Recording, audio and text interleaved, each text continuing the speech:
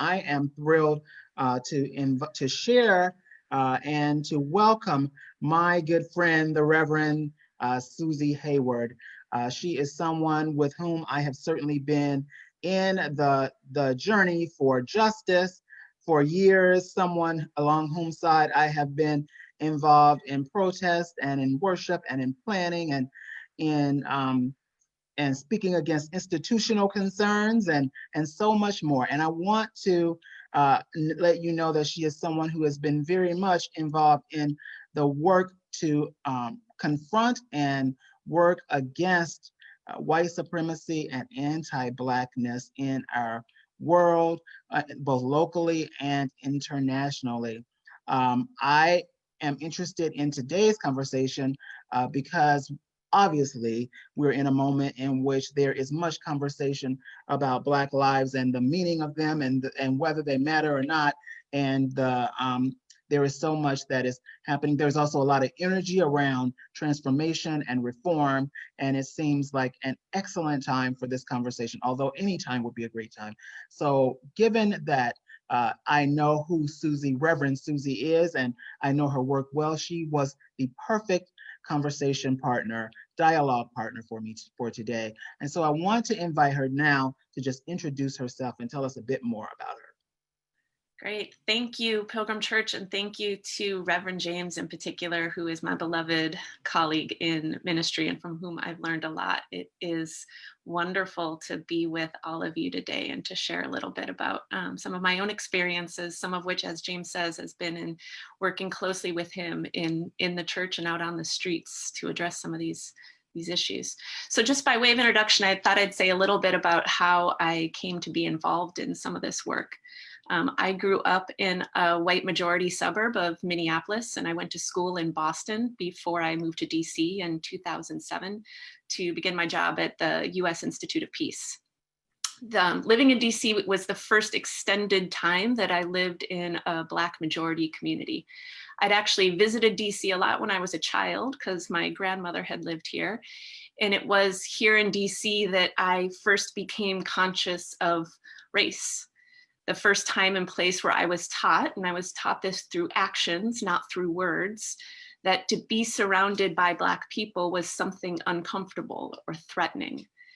We avoided, when we would come to DC, we would avoid certain neighborhoods. And if we had to drive through them, my parents would lock the car doors and they would be on alert. They would grip the steering wheel. I was 6 and I noticed. I learned from this. So fast forward some 25 years and I'm back in DC living here, and DC then became the place where I began to acknowledge, understand, and unlearn some of that implicit racism that had been baked into me by my family, my culture, by all the things that I had been told directly and indirectly about who I was and my place in the world because I was white. And all the things I was told directly and indirectly about Black folks' place in that same world. This process of unlearning is a lifelong process that I know I have only just begun. And what sparked it for me was Trayvon Martin's killing in 2012.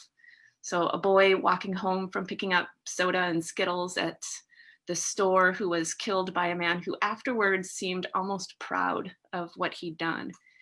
And when George Zimmerman was acquitted for that killing, I knew that I would never be the same. A blinder had been lifted. And it was not long after that, you may recall in 2013, that Black Lives Matter as a movement was founded. And I began to listen. And then it was after the killing of Mike Brown in your own community there in Ferguson, outside St. Louis, that I began to take to the streets. And when I've taken to the streets over the years, it's always still Trayvon Martin, who I hold especially close when my feet hits the pavement. Thank you for that introduction. And I'm going to ask you to share a little bit about how you reflect on today's text, but I'd like to just share a little bit about what I'm thinking about it. And when we were talking about this conversation, it was you who mentioned this text. And I think I said to you that I had never really thought about this text in connection with a lot that is happening now, and using it in this way. And I'm a little bit surprised that I had not. And as you know, in today's text, God is asking, uh, what have you done? A brother has killed his brother, um, presumably for reasons of jealousy or whatever reasons they are. But there is more than that, right? Because what we know from these Hebrew texts is that blood is seen as the source of power. Blood is also connected to God.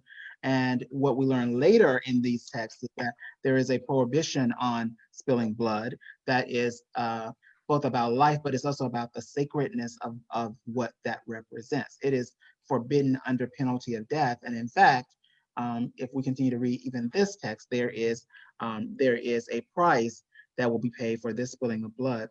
And even if we go to the Gospels, we see that Judas is said to betray innocent blood. There is value and there is power in it. So there are these people who are being who are innocents, right? Who are killed, and their very life is being taken, and they are, and not only that, but that connection to God. There is a crime that is both human in nature, but it's also a crime that is a crime against the divine that is taking place in that space. So that's sort of the way that I think about this. But what thoughts come to mind for you when you think about this text?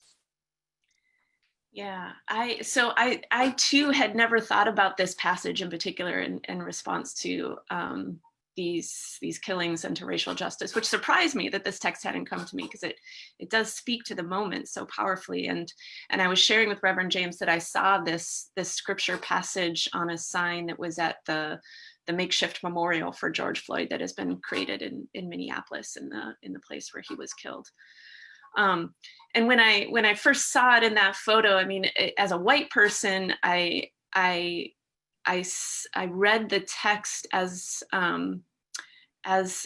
a message about the complicity of white people in the murder of Black brothers and sisters. So whether it's, the ways in which our taxpayer dollars fund the police, or the passing of laws over the years that led to mass incarceration and to Black disenfranchisement, laws that have been passed by both parties, of course, Democrats and Republicans alike, but also in the complicity of white people in this country for what we haven't done, when we haven't spoken up, when we haven't noticed and heard the calls from the soil of our Black brothers and sisters who have been killed. And the ways in which, as well, we've fed that dehumanization of Black citizens in this country that legitimates these kinds of racist systems. So calling them thugs, criminals, assuming that they're shoplifters, bad neighbors, irresponsible parents, inevitable producers of dangerous music, dangerous neighborhoods, people that need to be policed. So when I hear that passage, I hear God saying to, as a white person, I hear God saying to white people, your brother's blood calls to me from the ground. What have you done? I hear white people, what have you done? Why have you killed so many people? Why have you not done enough? Why have you let so many people die? But I also have a very personal reading of the text, because my own ancestors enslaved people in this country. And I grew up in a house that had records of last wills and testaments, and in which the names of Black bodies, of human beings, were listed as property to be handed over from one generation of my people to the next. I also have ancestors who are involved in the abolitionist movement in the North, Quaker pastors who wrote op-eds, participated in the resistance, supported freed slaves.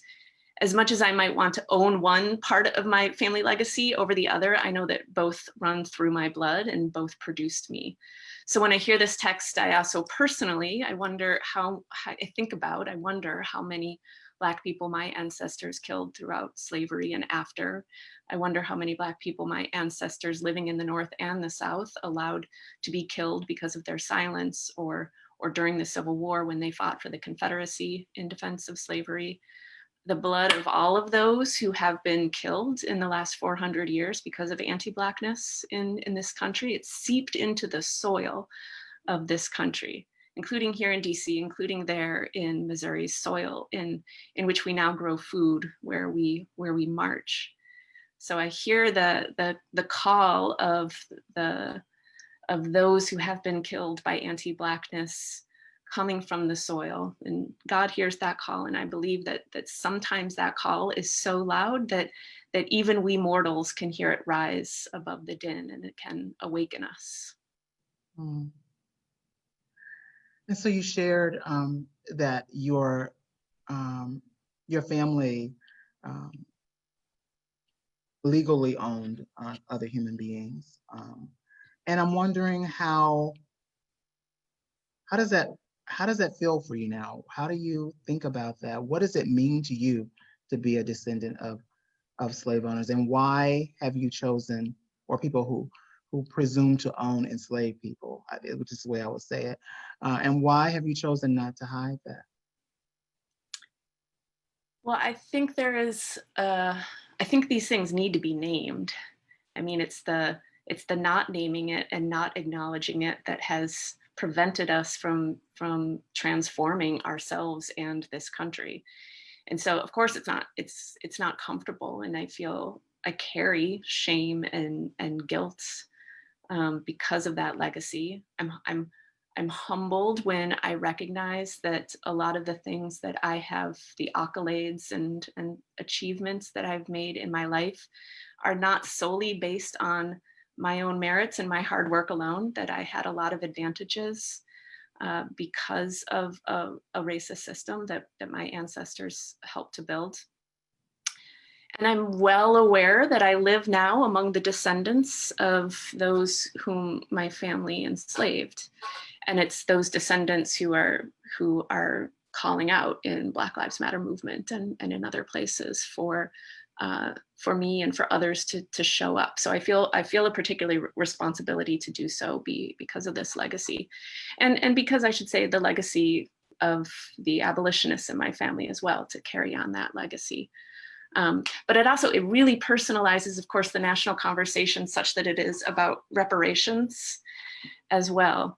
So I think a lot about what my family owes in stolen wages, and what this generation of my family could do in the absence at the moment of any kind of federal program of reparations, what my family can do to think about how to support racial justice causes, giving, financial support, recognizing financial support alone is not going to repair the harm that was done, but to give that kind of support to causes like Black Lives Matter, or the Equal Justice Initiative, or educational scholarships through the NAACP or the African American History and Culture Museum. So as one way to begin to fulfill that blood debt. But let me also just say that, my family's complicity in anti-Black violence, it's obvious.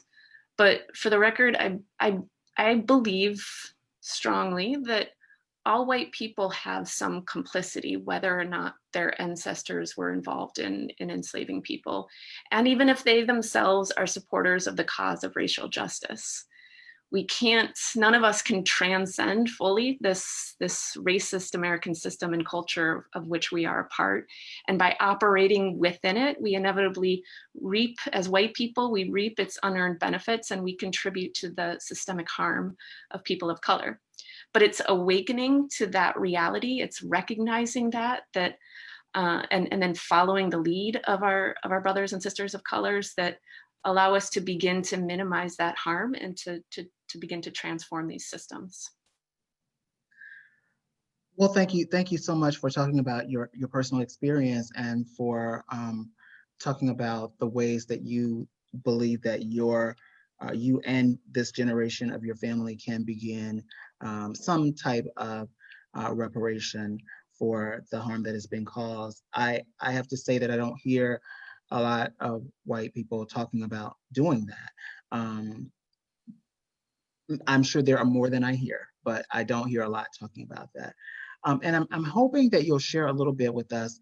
I know that you've worked a lot in international context. And I'm wondering if you can talk a little bit about how you see anti-Blackness play out in those spaces, even in spaces where there really are no Black people. That I think that there are ways in which anti-Blackness shows up. Can you share a little bit about that?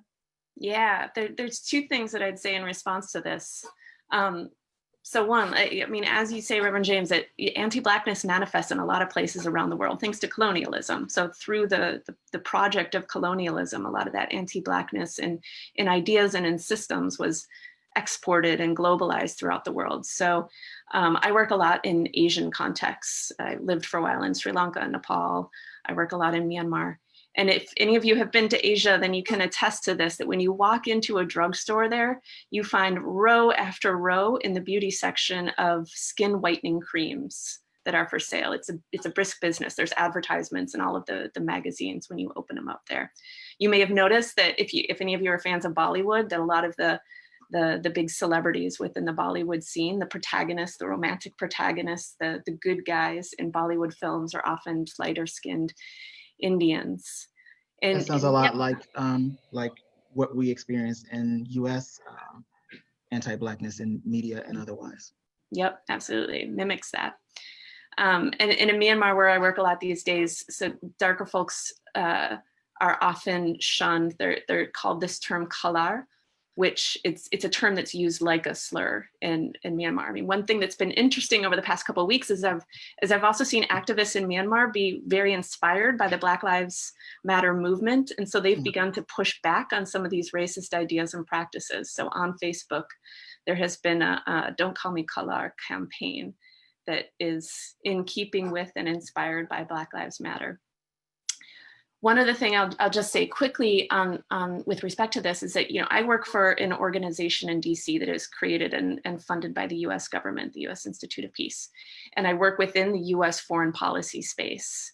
And I'm well aware of the ways in which US foreign policy and our diplomacy, including all of the institutions that are a part of it, they're a reflection of America. And in that sense, they're very much white-led. And my own organization is very much white-led, and we're working in a lot of communities of color overseas, where we talk about things like in building inclusive states and societies, or having a just rule of law, or about improving even police-community relations in efforts to build a just peace. So I'm very conscious that as Americans, we need to be very self-reflective, and we need to be humble about the own work that we have to do in our own country in order to reflect those values that we're purporting overseas in communities of color. And all the work that we need to do here in order to eradicate the forms of direct violence, of structural violence, of cultural violence, and in order to really embody human rights and justice that we preach about overseas, if we're going to have any kind of moral relevancy. Great. I wonder, James, I wonder if I could ask you about about how you're seeing anti-Blackness play out in the U.S. at this time. Yeah, I mean, I think it's sometimes I wonder if there are spaces where I don't see it play out, right? Like I feel it is of course we have a long history of anti-Blackness, beginning with chattel slavery and going through Jim Crow and extending to this moment. I think we see it also very much in the ways in which the rhetoric surrounds the lives of Black folk on an everyday basis. The presumption of incompetence or laziness or whatever it is, of criminality. Of course, it's baked into every one of our structures, into schools where Black children are subject to harsher punishment, to expulsions, where as young as kindergartens, we have high rates of expulsions of children, is baked into employment systems where, of course, there are higher unemployment rates for Black folks, and there is not access to adequate employment. We just saw a study a few days ago that the wealth gap has not improved in the last 70 years. and education does not correct for that. So we are told that for Black folk, you just need to get an education to be assured this sort of American dream middle class life, and that is not playing out to be true, because white people with high school education are as are better off financially than African Americans with college educations. There are a lot of factors playing into that, I believe, but the truth is that some of that is much of that is about the ways in which opportunity exists, and if not, and while I would not tie all of it to this moment, I would say that much of it extends to the ways in which anti-Blackness and anti-Black racism has functioned structurally and continues to function structurally, that make that true. What about you? Where are you seeing this anti-Blackness in the U.S. and in DC where you live? Yeah, I mean, I see a lot of the things that you name, and it's always a lesson to me in just how pernicious the shape shifting of anti-Blackness is in this country, how it's been able to adapt anew in the aftermath of a push for increased justice in order to become even more kind of subversive and nefarious in the ways in which it operates. So, going from slavery to Jim Crow, and then going from Jim Crow to this period that we're living in now of criminalization and mass incarceration. Obviously, the pandemic revealed a lot of the systemic racial injustices and how it affected disproportionately Black Americans. But I'm also seeing, the responses to the protests that have been happening and the ways in which that also is shaped by anti-Blackness. So the language that's being used in reference to both protesters and to, in the first couple days, some of the looters, with, calling them thugs or calling for law and order, sending in the police and military, and the police and military using tactics that are violent and serve as this stark illustration of the violent resistance to the cause of equity, just how threatening the system sees those calls for equity. But I'm also seeing it in very subtle, less obvious ways. So as there's been an awakening, I think, of a lot of white people in this country to the ongoing pernicious needs around racial justice, the subtle ways in which white people are eager to jump in and to begin to take the lead on issues of racial justice, and to move quickly to make proposals or to criticize the proposals that are being offered by some of the Black-led movements. And so I also see in that some of the kind of ongoing and more subtle ways in which white supremacy operates. DC, meanwhile, I mean, DC is a really, really poignant place to be observing and thinking about some of these issues, because the racial dynamics are so stark here when we have our lawmakers, we have the White House, we have the Capitol Dome, we have the place where the decision makers and the legislators have been creating and building up this system. And then surrounding it, we have a majority Black population that has often been harmed by those laws and that system, and a skyline of memorials and monuments that were literally built through slave labor. The two big issues that you see playing out here in DC are disenfranchisement and gentrification, or the two big issues that I see playing out here with respect to race. So many of you may know that DC has a long history of disenfranchisement, which has everything to do with race. The population of DC is actually larger than some of the states in our country, but we don't have voting representation in Congress, and our local government has oversight by the federal government. So the federal government can intervene at any time in order to overturn the laws that the local residents pass and the budget. And remember, this is a Black majority city that has this sort of caretaker government that intervenes in that way, and has intervened in order to overturn laws on gun control or social welfare laws. And then efforts to try to create statehood or to try to ensure, some voting power in Congress doesn't really get much traction nationwide, doesn't get a whole lot of attention or support. And then the other issue is gentrification, which I think is being felt in a lot of places, a lot of urban centers around the country, but it's particularly stark and intense here in DC, where you see neighborhood after neighborhood that has for a long time, for many decades, since white flight, when a lot of white folks left DC in order to go into the suburbs, neighborhoods that have been Black majority are being revitalized, but revitalized in ways that attract in young professional whites. And then the property values go up, which means that property taxes go up, and it begins to be harder and harder for the communities, the generations that have lived here for a very long time to be able to stay. They get pushed out. So it's both a reflection of racial injustice, and it feeds some of the tensions between white and Black communities in the city. And not to interrupt you there, but one of the things that I noticed when living there also was that it is in those moments of gentrification when even government and businesses begin to invest, right, in these spaces. So it's not just about individual homeowners, it's about the decisions that are made about how to use, how to, how to, how to set policy and how to use public dollars, right? Yeah, very much so.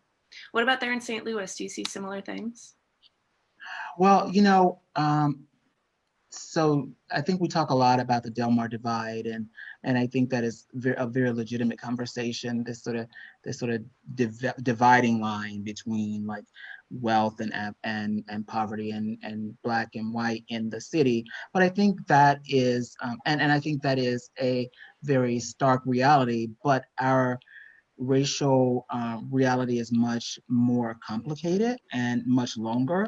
I think, of course, St. Louis is is at the juncture of the Mississippi and the Missouri rivers, and it was where the Southern system of slavery and the push for Western expansion sort of collided, and we had the Missouri Compromise in 1820, making it like one of the most northern outposts for slavery in the Union. And there's a history of, there's a horrible case in 1917 where a labor dispute at an aluminum plant in East St. Louis, just across the river, where African Americans were chased down and strung up, beaten and burned and shot. There is a really violent history. And so the history of white supremacy, of capitalism, of violence in the United States um, is reflected here. And we continue to see that play out in a number of ways, right? This is a city that functioned as the administrative center for the policy that became known as Indian removal. So we have a very distressing history. We were, the 20th century had redlining like many places. We recently read a book called The Last Children of Mill Creek, which was about the urban renewal project in an all-Black area called Mill Creek, that removed thousands of residents and businesses and closed churches and all of those things for the project of, quote, urban renewal that was very much celebrated by many. And folks from there, then many of them went into what was called the Pruitt-Igoe housing project, which was neglected so much that it was dynamited a few years later. And those types of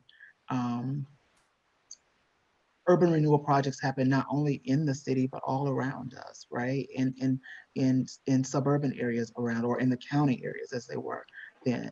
But now we know that um, um, we see this play out, of course, in policing here.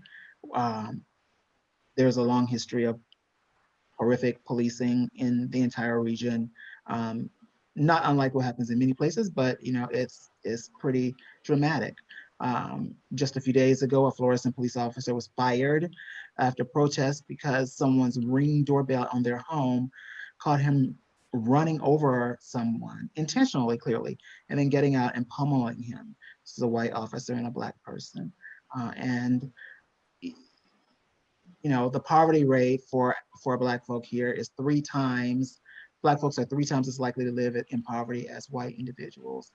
All of that is related to this, right? We saw the death of Michael Brown, as you mentioned, is something that really ignited your interest, or your movement, your willingness to go to the streets. But out of that came the Ferguson Commission that gave a number of suggestions for policies and practices the region that could address racial justice and white supremacy and um, and economics as well. And very little of that has been implemented even years later. So I think we see it play out um, in structural ways, and we see it play out in individual ways, right? So that neighborhoods remain very segregated. We see all of the things that, and as it relates to um, issues of gentrification, I think I see that. I live, for example, I live in downtown DC, and while it's not as stark as in St. Louis. I'm sorry, I live in downtown St. Louis. While it's not as dark as in DC, I see many of the same types of things play out. There is a clash between this desire to attract younger, whiter, more affluent folks into the loft district and the people who are more likely to be Black or otherwise people of color and poor who've been in the area for a long time. And there are other neighborhoods where we see this happening, where there's investment in long neglected neighborhoods, but investment in a way that is not at all equitable. And I think there are a lot of concerns and a lot of fears about that. And there's a lot of resistance in many ways. So, and much of that has to do with race um, um, and its legacy here and its continuing reality. Yeah. I want to ask you about if you have hope and about where we go from here. But before doing that, James, I wonder, what about the church? How do you see this playing out in the church itself? Yeah, and I'd be interested in hearing the same from you, but I think that unfortunately, I think the church, broadly speaking, is a major offender. It is an enforcer, a reinforcer of these sort of cultural and racial and political quote norms. So often, I think churches have the church has, and I'm talking about the Christian church in the U.S. has sought to be um, align with the empire um, rather than with justice. I think that I was not here during the Michael Brown situation, but I also have heard the stories about the numbers of churches where ministers and congregations, simply refuse to be involved in any of those efforts around resistance. I know that because I'm very involved now, there are some churches that are involved. There are many that, consider it troublemaking still. I think that we see it play out in a number of other ways, though, right? We see it in local churches in the ways in which certain things are valued. So the ways in which we think about music and the ways in which we think about, um, Black spiritual traditions. I think a lot about this notion, these ideas about eschatology and who God is. And because of the history of of various faiths, there is a very different sometimes belief system that is often, I think, in white church spaces, not only not embraced but considered to be ignorant, and that's problematic, right? But I also think that in the UCC, which holds itself up as sort of the shining star, we see problems, right? There are all these reports about the number of white UCC congregations that will not interview Black candidates, right? Or the spaces in which, and now these also often are the same churches that don't want to look at LGBTQIA candidates or women candidates, but often the issue of race rises above a lot of that. And I have to say I'm very disappointed. And I have to say that we see it play out in other ways because it's not only about being able to be interviewed or even called to a church. It's also about what that experience is like. And, as someone who has had the experience, a recent experience of having someone in the church environment, my own church context, refer to me in very disparagingly racist language, it's disappointing. It's disappointing. Do I have hope? Yes, I have hope. I am reluctant when I talk about hope because I think sometimes hope, we hang hope out as this thing that says, oh well, we you know um, it becomes an escape route that doesn't force us to live in the moment and to lament and to do the work. But that's not the way that I see hope. I see hope as this promise that God is going to be with us as we move forward to this. Hope for me in this moment is coming in the form of the sheer numbers of people I see engaged. I see that there's something to me that feels different about this moment. There are people, there is such a broad coalition or a broad, there's such a large number of people who are now, it seems to be getting engaged, people who are willing to speak about racism and structural racism and call for change. And a lot of people who, you know, that seems to be clear, that seems to be happening across racial lines, across age lines, across lines of geography. Certainly there's a lot of pushback, but I'm encouraged by the numbers of people I see involved. I'm also encouraged by some of the things I see happening right now. To me, it's a big deal that there are school districts that have already decided to remove police from schools. That is something that is directly impactful of the lives of Black children. It's not enough because we should have never had police in school, but that's one thing that gives me some hope. What about you? I agreed a lot on the experience within the church. My experience has primarily been in white majority churches in Minneapolis and Boston and in DC. And what I often see is when there's an attempt to create sort of a multiracial, multicultural space, it's doing a few little fixes, kind of sprinkling in some seasoning into worship, or it's thought of in terms of the music program, or even just in terms of staffing, which I think only gets us partway there.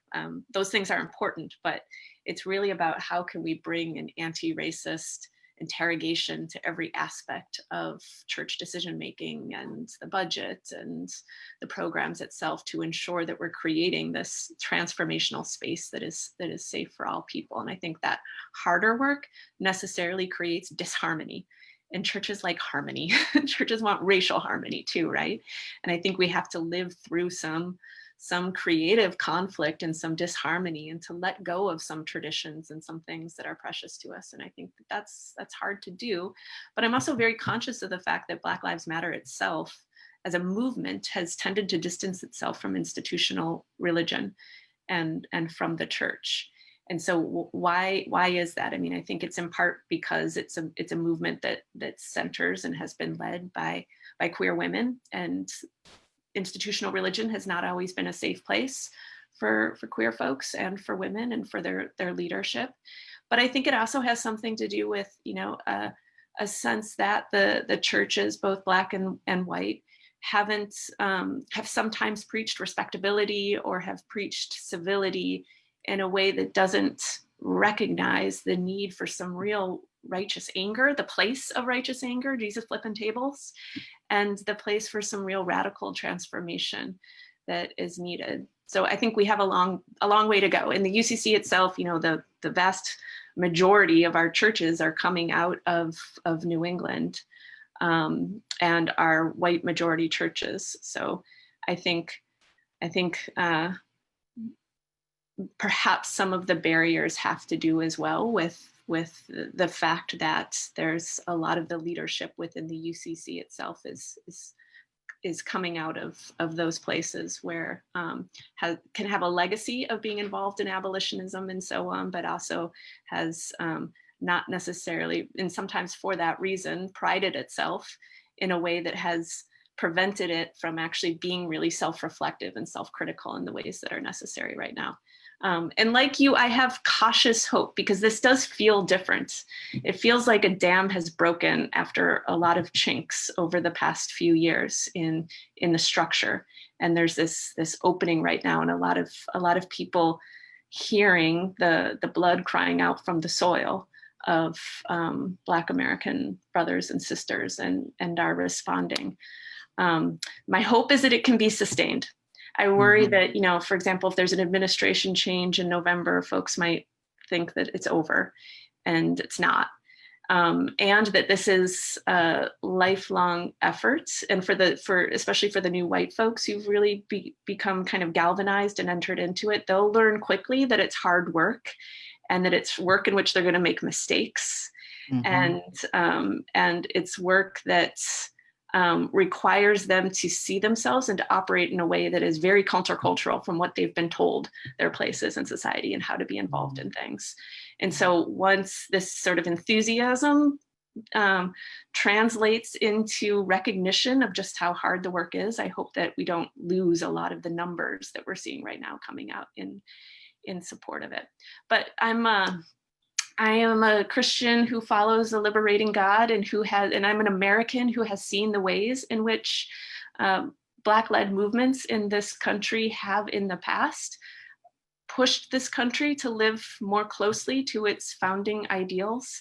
So I have hope from those experiences in the past, and I have hope as a Christian that our liberating God shows us a way and gives and empowers us to do the work, to do the hard work. Thank you. We're running a little bit late, but I want to just close with a question for you. Maybe we can both respond to this, but what do you see as the call from God to us in this moment? To be willing to be uncomfortable, to allow for some disharmony and for some discomfort in order to show up and to stay present. I strongly believe that in the end, this work is spiritual work. It's a spiritual exercise to develop, for white people, it's a spiritual exercise to develop the kind of self-awareness that's necessary to be a real ally. But I think that's true for people of all races, that it's a spiritual exercise to be very reflective of yourself and of the world around you, and to try to operate in a way that causes less harm to yourself and to others. And it requires, you know, reducing your ego, which is the heart of so much of what we try to do in our spiritual work.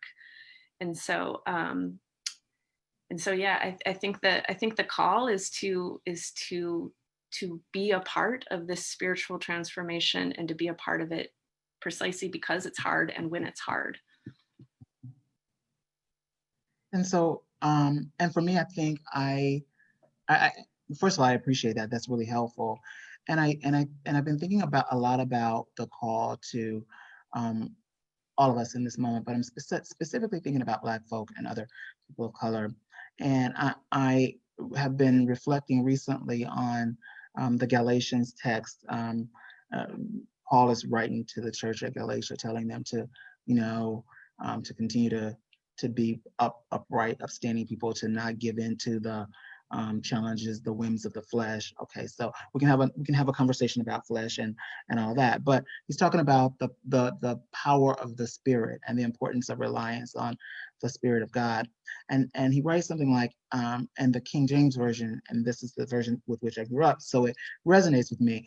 And let us not be weary in well-doing, for in due season we shall reap if we faint not. Because I think it's exhausting. It is exhausting to live as a Black person in this country, and frankly in this world. But I don't think there is I don't think we can afford to become weary in doing well. There's another version that says, let us not become weary in doing good, for at the proper time we will reap a harvest if we do not give up. There's and the inclusive Bible, which I've been using a lot. Never grow tired of doing good. We will reap a harvest at the proper time if we don't grow weary. Now, I would argue that the time is now, but I also believe that I believe in time, all things shall be right, and that ultimately there will be peace, there will be justice. It will be brought forth by God and God's people. And I'm reminded also that in the Great Commission, which we talked about last week, Jesus promises to be with us till the end of the world, always, even until the end of the world, and that God is there and God will be there. And I think that is the challenge. That is what God is calling us to remember, that even as blood cries out from the ground, God is with us. God calls us to act, and God calls us to know that God's justice shall come.